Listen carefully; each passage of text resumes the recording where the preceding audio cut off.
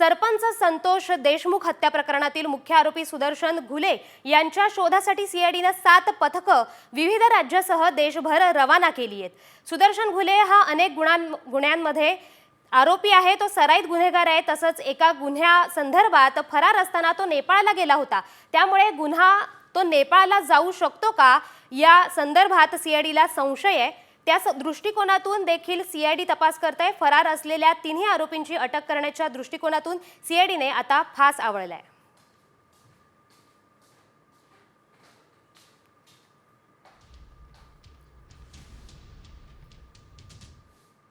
पुढची बातमी पाहूया। विजय वडेट्टीवार यांच्या संदर्भात सरपंच संतोष देशमुख हत्या आणि खंडणी प्रकरणातील आरोपी वाल्मिक कराडबाबत काँग्रेस आमदार विजय वडेट्टीवार यांनी मोठा दावा केलाय। मोठ्या आकाला वाचवण्यासाठी लहान आकाचा एन्काउंटर होऊ शकतो असं विजय वडेट्टीवार यांनी म्हटलंय। पोलीस दलातील अधिकाऱ्याचा हवाला देत वडेट्टीवारांनी हा दावा केलाय। आकाला वाचवण्यासाठी या लहान आकाचा एन्काउंटरही होऊ शकतो, म्हणून पोलिसांना विनंती आहे की मोठ्या आकांना वाचवण्यासाठी याचा एन्काउंटर करू नका बाबा।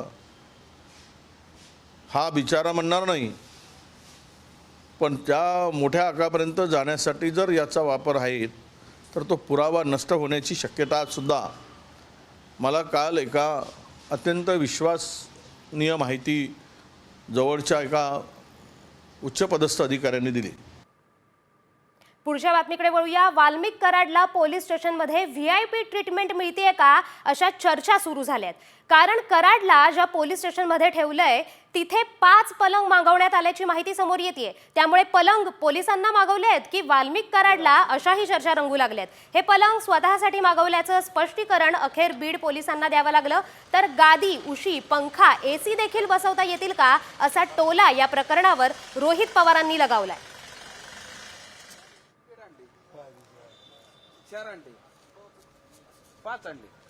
बातमी येते लोणावळ्यातून। लोणावळ्यात एकविरा देवीची गडावरील पालखीत अचानक मधमाशांनी हल्ला केलाय। यामध्ये अनेक भाविक जखमी झालेत। जखमींमध्ये लहान मुलांचाही समावेश आहे। एकविरा गडावर फटाके फोडण्यास बंदी आहे, मात्र तरीही काही हुल्लडबाज भाविकांनी कलर धुराचे फटाके फोडले होते। त्यामुळे बिथरलेल्या मधमाशांनी थेट भाविकांवरच हल्ला केलाय।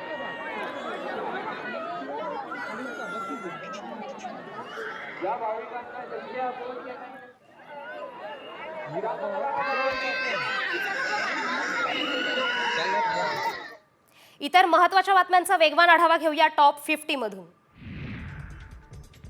बुलढाण्याच्या मेहकर तालुक्यात कळंबेश्वर गावात महिला सरपंचाच्या पतीवर प्राणघातक हल्ला करण्यात आलाय। अवैध धंदे बंद केल्याच्या रागातून 5 गावगुंडांनी हा हल्ला केलाय। तुझा मस्साजोगचा सरपंच करू अशी धमकी हल्लेखोरांनी दिली आहे।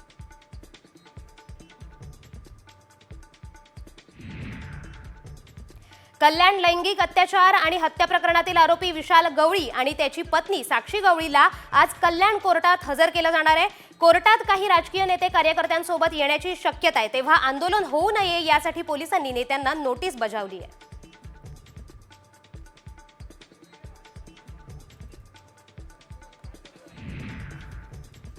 जळगावमध्ये आज संध्याकाळपर्यंत संचारबंदी लागू असणार आहे। पाळधी गावात 2 गटात झालेल्या वादानंतर संचारबंदी लागू केली होती। तसंच 7 जणांना बेड्याही ठोकण्यात आल्या होत्या। आता पाळधीत पोलिसांचा कडक बंदोबस्त तैनात करण्यात आलाय।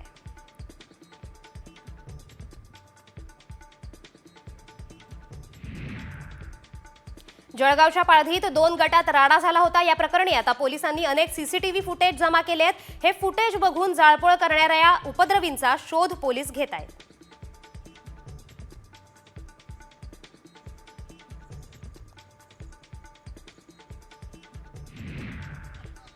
मुंबईत लोकलमधून पडून तरुणाचा मृत्यू झालाय। वडाळा रेल्वे स्टेशनजवळ ही घटना घडली। मोहन घोलप असं 24 वर्षीय मृत तरुणाचं नाव आहे। कॉटन ग्रीन इथून कामावरून परतताना रुळावरील खांबाला धडकून तरुणाचा मृत्यू झालाय।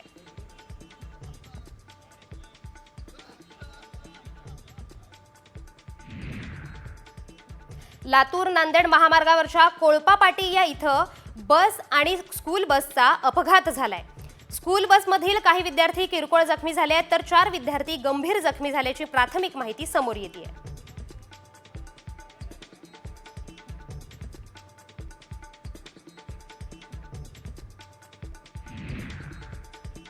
संभाजीनगरात नवीन वर्षाच्या पहिल्याच दिवशी नशेखोरानं एका तरुणाची हत्या केली आहे. किरकोळ कारणावरून चाकूनं भोसकलं. या घटनेमुळे शहरातील वाढत्या नशेखोरीचा मुद्दा पुन्हा एकदा ऐरणीवर आलाय.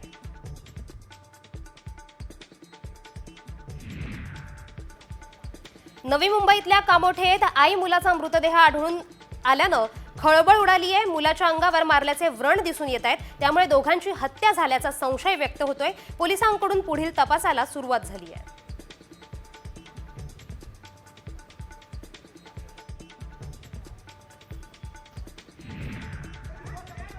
मुंबईच्या वर्सोव्यात बाईक पार्किंगच्या वादातून हाणामारी झाली. 2 तरुणांना जमावाकडून मारहाण करण्यात आली. वर्सोवा यारी रोड भागात ही घटना घडली आहे. दोन्ही गटाविरोधात वर्सोवा पोलीस ठाण्यात गुन्हा दाखल करण्यात आलाय.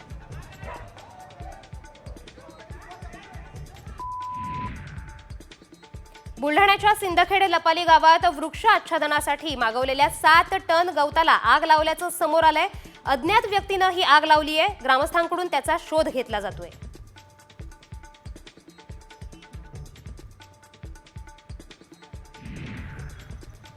सांगलीत मोटरसायकल चोरून विक्री करणाऱ्या रेकॉर्डवरील सराईत गुन्हेगाराच्या मुसक्या आवळण्यात पोलिसांना यश आलंय. या सराईताकडून चोरीच्या तब्बल 19 दुचाकी जप्त करत 8 लाखांचा मुद्देमाल जप्त केलाय. स्थानिक गुन्हे अन्वेषणच्या पथकानं ही कारवाई केली आहे.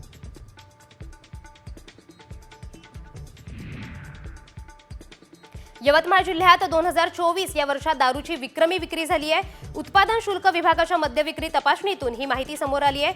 यात 31 लाख लिटर विदेशी दारू तर 51 लाख लिटर देशी दारूची विक्री झाल्याचं समोर आलंय.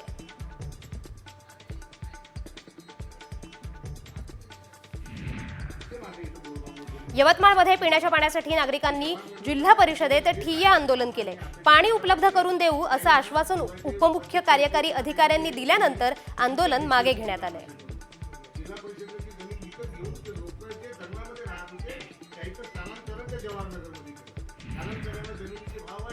धुळ्यातल्या विविध स्टॉल धारकांविरोधात वाहतूक पोलिसांकडून कारवाई करण्यात आली आहे. वाहतुकीस अडथळा येत असल्यामुळे कारवाईचा बडगा उगारण्यात आलाय.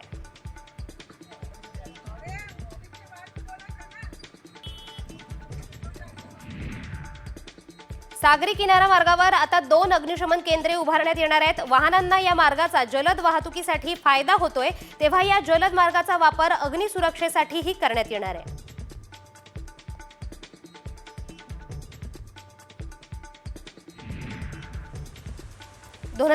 मध्ये नाशिकमधून विमानानं प्रवास करणाऱ्यांच्या संख्येत मोठी वाढ झाली आहे. 2023च्या तुलनेत 85,000 ही संख्या वाढली आहे. तब्बल 3 लाख प्रवाशांनी नाशिकमधून विविध ठिकाणी विमान प्रवास केला आहे.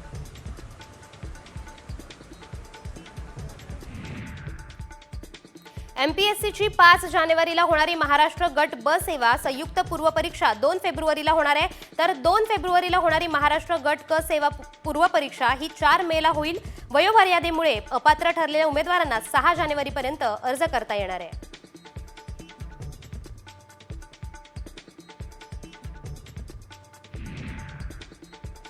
एसटी महामंडळानं नवीन वर्षात उत्पन्न वाढीसाठी नवा उपक्रम सुरू केलाय. एसटीच्या चालक आणि वाहकांना आता प्रोत्साहन भत्ता मिळणार आहे. 31 जानेवारीपर्यंत प्रायोगिक तत्वावर हा प्रोत्साहन भत्ता देण्यात येईल. वाढीव उत्पन्न आणलं तर त्यापैकी 20% रकमेचा भत्ता रोखीने देण्यात येणार आहे.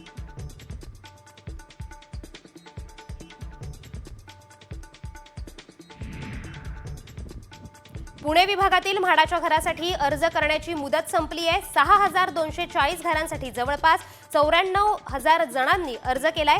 28 जानेवारीला सोडतीचा कार्यक्रम होणार आहे. तब्बल 113 कोटींची अनामत रक्कम जमा झाली आहे.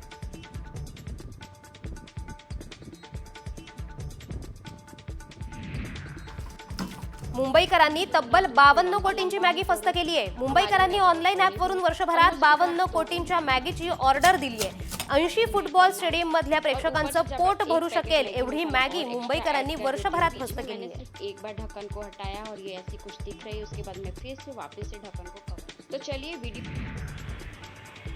ठाण्यातल्या घोडबंदर रोडवर गायीचे 5 वासरू मृतावस्थेत आढळलेत. पशुवैद्यकीय विभागाकडून पुढील तपास सुरू आहे. 5 वासरू मृतावस्थेत का आढळलेत याचा शोध घेतला जातोय.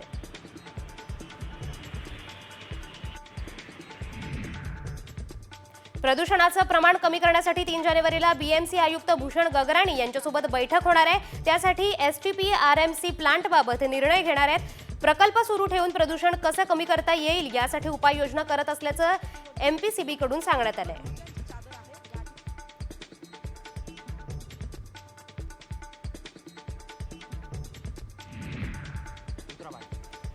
भारताचा माजी कर्णधार धोनीने आंतरराष्ट्रीय क्रिकेटमधून 4 वर्षांपूर्वी निवृत्ती घेतली। या निर्णयासंदर्भात धोनीने प्रथमच वक्तव्य केले।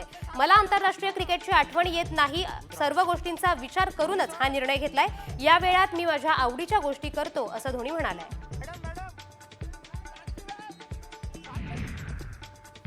एकीकडे ऑस्ट्रेलियन मीडिया भारतीय खेळाडूंवर टीका करत असताना ऑस्ट्रेलियाचे पंतप्रधान मात्र भारतीय संघाचे आदरातिथ्य करतायत। ऑस्ट्रेलियाचे पंतप्रधान अँथनी एल्बनस यांनी आपल्या इन्स्टा अकाउंटवरून भारतीय खेळाडूंसोबतचा व्हिडिओ शेअर केलाय।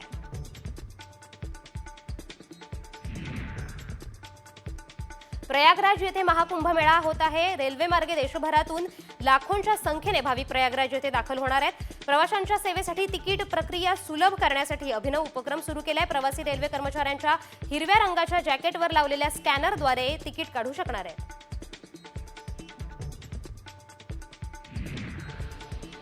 विधान परिषदेचे सभापती राम शिंदेंनी देवदर्शनानं नवीन वर्षाची सुरुवात केली आहे। त्यांनी सहकुटुंब खंडेरायाचं दर्शन घेतलंय। येळकोट येळकोट जय मल्हार म्हणत त्यांनी भंडारा खोबऱ्याची उधळण केली आहे।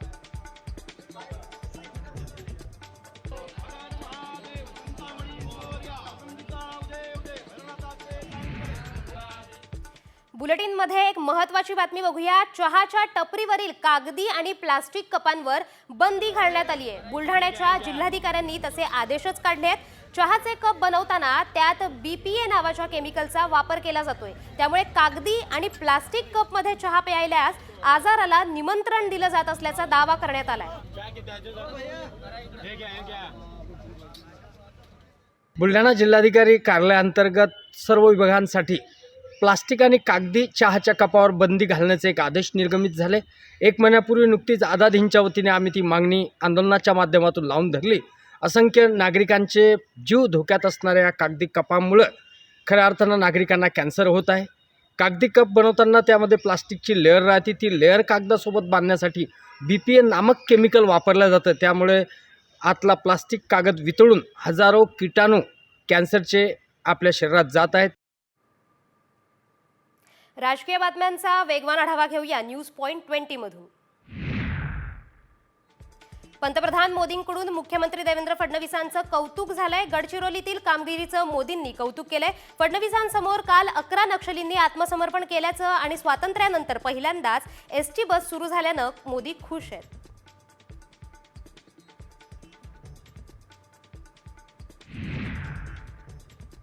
आज दुपारी 12 वाजता मंत्रिमंडळाची बैठक होणार आहे। खातेवाटपानं तर मंत्रिमंडळाची ही पहिलीच बैठक असणार आहे। या बैठकीसाठी सर्व मंत्र्यांना उपस्थित राहण्याचे आदेश देण्यात आले आहेत। या बैठकीत सरपंच संतोष देशमुख हत्या प्रकरणाचे पडसाद उमटण्याची शक्यता आहे। राज्याचे युवक क्रीडा कल्याण मंत्री दत्तात्रय भरणे हे आज मंत्रिमंडळाच्या पहिल्या बैठकीला गैरहजर राहणार आहेत। भरणे यांनी आतापर्यंत आपल्या मंत्रिपदाचा कार्यभारही स्वीकारला नाहीये। मिळालेल्या खात्यावर ते नाराज असल्याची चर्चा होतीये।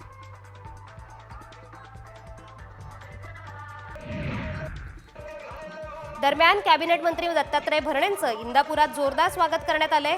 मंत्रिपदाची वर्णी लागल्यानंतर पहिल्यांदाच ते इंदापुरात आलेत। भरणेवाडी आणि अंथुर्णे ग्रामस्थांनी त्यांच्यावर जेसीबीतून पुष्पवृष्टी केली आहे।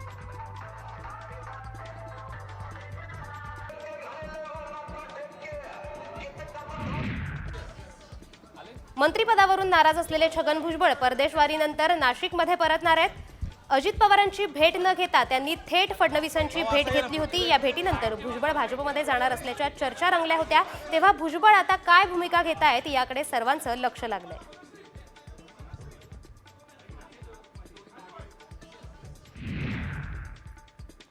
छगन भुजबळ आज नाशिकमध्ये महात्मा ज्योतिबा फुले आणि सावित्रीबाई फुलेंच्या पुतळ्याला अभिवादन करणार आहेत। मंत्रिपद न मिळाल्याने छगन भुजबळ नाराज आहेत।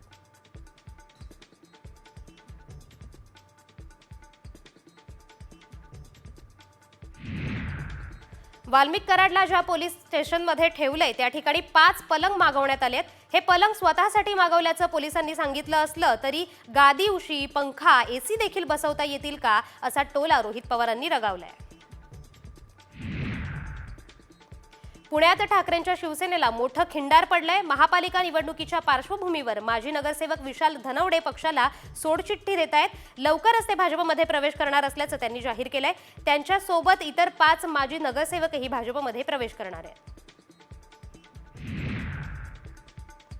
पालकमंत्रीपदाबाबत अजून घोषणा करण्यात आलेली नाहीये. मात्र त्याआधीच केंद्रीय मंत्री नितीन गडकरी यांनी महसूल मंत्री चंद्रशेखर बावनकुळे नागपूरचे पालकमंत्री होणार असं वक्तव्य केलंय. बावनकुळेंच्या नावाची मुख्यमंत्री घोषणा करणार असंही ते म्हणाले.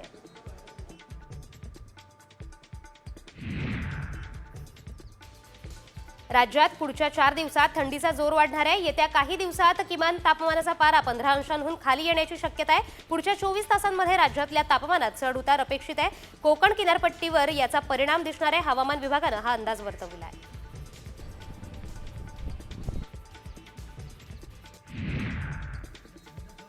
यवतमाळ जिल्ह्यात पुन्हा थंडी वाढली आहे. यामुळे ठिकठिकाणी शेकोट्या पेटल्याचं चित्र पाहायला मिळतंय. आता थंडी असली तरी पुढील 2 दिवसात तापमान घटण्याचा अंदाज हवामान विभागाने व्यक्त केलाय.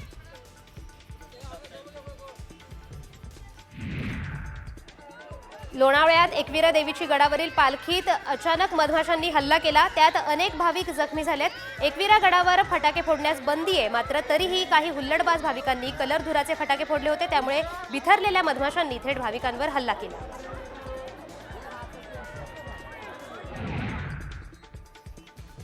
राज्यात 2024 अखेर साखर कारखान्यातून 29 लाखाहून अधिक टन साखरेचं उत्पादन झालंय. कोल्हापूर विभागाचा उतार सर्वाधिक असून सर्वात कमी नागपूर विभागाचा उतार आहे.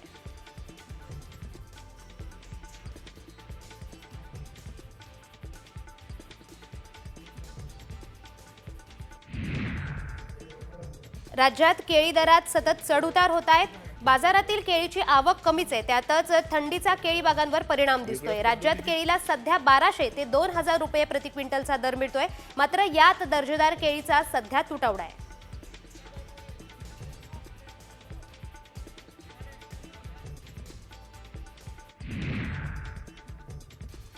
देशातील रब्बीची पेरणी अंतिम टप्प्यात आली आहे. आतापर्यंत देशात हरभऱ्याची जवळपास 94 लाख हेक्टरवर पेरणी झाली आहे. हरभऱ्याची पेरणी गेल्या वर्षीपेक्षा 1% आघाडीवर नाहीये. त्यामुळे यंदा हरभरा उत्पादनात मोठ्या वाढीची शक्यता धुसर असल्याची चर्चा बाजारात सुरू आहे.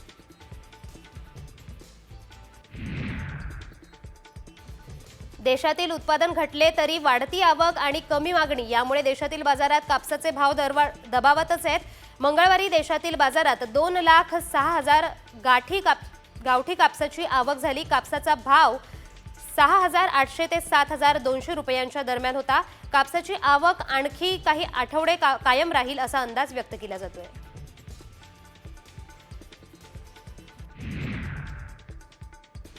नव्या तुरीची देशातील काही बाजारात आवक सुरू झाली आहे. बाजारात सध्या तुरीला 7,500 ते 8,000 रुपयांचा भाव मिळतोय. तुरीला उठाव चांगला आहे तर बाजारातील सध्याची आवक कमीच आहे. पुढील काही आठवड्यानंतर तुरीची आवक वाढण्याचा अंदाज व्यापारी व्यक्त करतायत.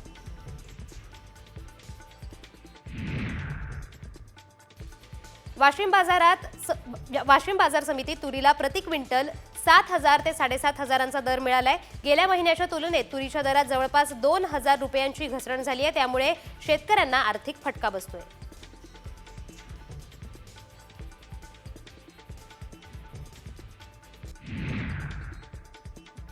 हिंगोलीतील नाफेड केंद्र गेल्या आठवडाभरापासून बंद असल्याने सोयाबीन उत्पादक शेतकरी अडचणीत सापडले. तर बारदाना उपलब्ध नसल्याने खरेदी बंद केल्याचं केंद्र चालकांनी सांगितलंय. त्यामुळे विक्रीसाठी काढलेलं सोयाबीन किती दिवस सांभाळून ठेवायचं असा प्रश्न शेतकरी विचारतायत.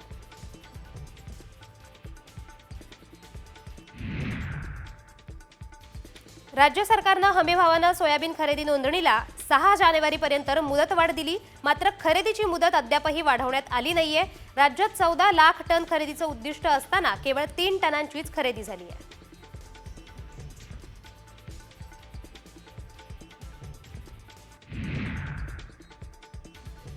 कापूस सोयाबीन नंतर आता तुरीच्या दरात घसरण झाली आहे. काही दिवसांपर्यंत बाजारात तुरीच्या दरात तेजी होती. शेतकऱ्यांची तूर घरात येण्यास सुरुवात होताच दरात मोठी घसरण झाली आहे. खासगी बाजारात नवीन तुरीचे दर 7,000 ते 7,300 इतका आहे.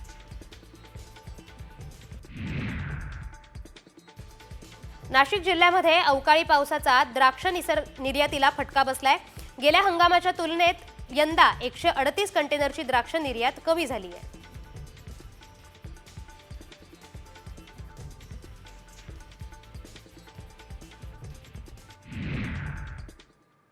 छगन भुजबळांच्या भाजप प्रवेशाबाबत मोठी बातमी समोर येतेय।